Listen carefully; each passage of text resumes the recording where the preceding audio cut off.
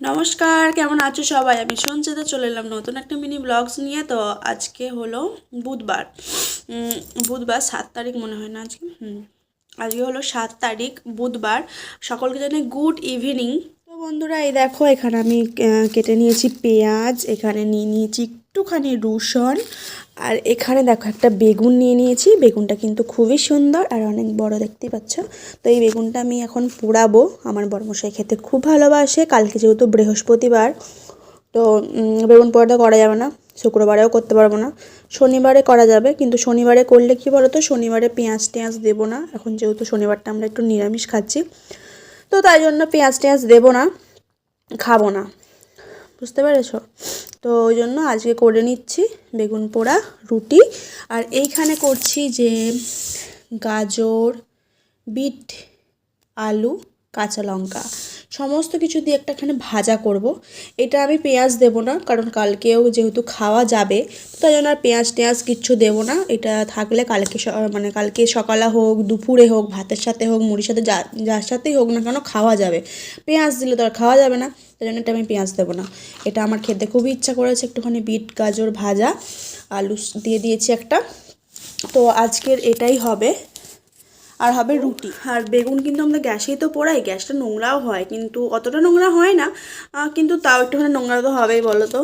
আর এই যে একটা বেগুনই পোড়াবো, তো সুন্দর অনেকটাই বড় আছে, হয়ে যাবে।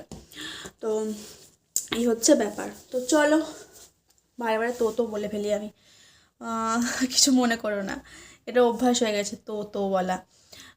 তো চলো, আবার বললাম, চলো করে নিই।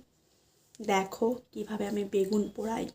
দেখো বেগুনটা কিন্তু আমি পোড়াতে বসিয়ে দিয়েছি। আর এটা কিসের স্ট্যান্ড বলো তো? হ্যাঁ, এটা হচ্ছে কাবাব যে হয় না, কাবাব করার স্ট্যান্ড। তো ওটাতেই আমি বেগুন পোড়াই, সুবিধা হয়। এর ওপরে দিয়ে দিই, পুড়িয়ে নিই আর কি। আর এইদিকে আমার হচ্ছে ওই ভাজিটা, দাঁড়াও তোমাদের দেখাই। এখানে হচ্ছে গাজর, আলু, দু রকমের গাজর, বিট গাজর আর এমনি গাজর, আর আলু আর কাঁচা লঙ্কা। এতে দিয়েছি শুকনো লঙ্কা ফোড়ন, আর কিন্তু কিছু দিইনি। তো এই ভাজাটা খেতে কিন্তু আমার খুব ভালো লাগে। একদম কালারটা দেখেছো? তো এটা ভাজি হোক, একটু সেদ্ধ হোক চাপা দিয়ে। আর এদিকে আমার বেগুনটাও আমার পোড়া হয়ে যাবে। এই ভাজিটা তুলে রেখে তারপরে এর মধ্যে আমি রসুন আর একটু শুকনো লঙ্কা ভেজে নেব।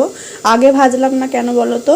কারণ এটা তো আমি, বুঝতেই পারছো, কালকে বৃহস্পতিবার বললামই যে কালকে খাবো যদি থাকে, তো তাই জন্য আর ওতে এখন করবো না, আগে ভেজে ওটা তুলে রাখবো, তারপরে এর মধ্যে রসুন আর একটু শুকনো লঙ্কা ভাজবো, নাহলে আবার রসুন আবার হয়ে যাবে না, তাই জন্য।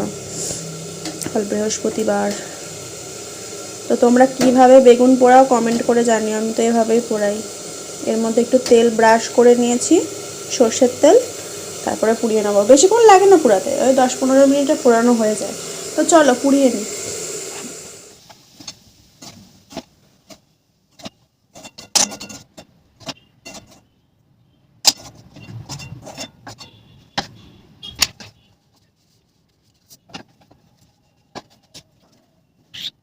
এই যে দেখো, আমার কিন্তু একদম বেগুনের ভর্তা একদম রেডি।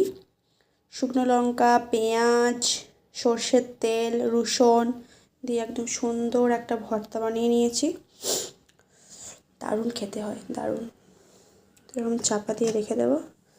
এখানে কিন্তু আমরা ভাজিটা দেখতেই পেয়েছো তখন, এই যে রেডি ভাজি। এর মধ্যে কি আছে? এর মধ্যে সে একটু তরকারি আছে, ওবেলার বেগুন আলু মৌরলা মাছ দিয়ে তরকারি। এখানে আছে ভাত। এটার মধ্যে রাত্রে ডিনারটা আজকে অনেক কিছু আছে। এখানে আছে দেখো ডালটা গরম করব ভাত দিয়ে খাবার জন্য। রুটিটা পরে করব, একটু পরে 8:30 নাগাদ মাখাবো। চলো, এই হচ্ছে আজকের সুন্দর সুন্দর ডিনার।